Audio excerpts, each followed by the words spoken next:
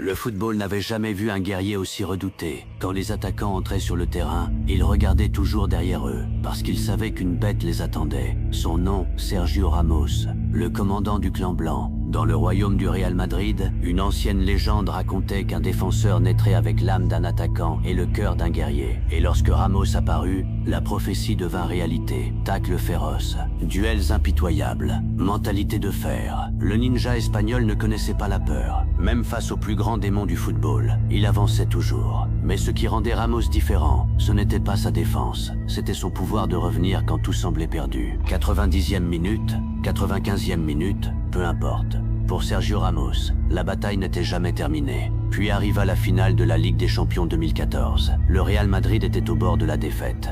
Les supporters étaient en silence, le temps s'écoulait, l'espoir disparaissait. Et soudain, à la 93e minute, le commandant activa sa technique interdite, une tête légendaire. Boum! Le ballon termina au fond des filets. Le stade explosa. Le royaume blanc venait d'être sauvé. Cette attaque fut tellement puissante qu'elle reçut son propre nom dans les légendes.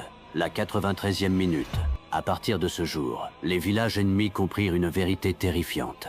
Tant que Sergio Ramos était sur le champ de bataille, aucune guerre n'était terminée. Carton rouge.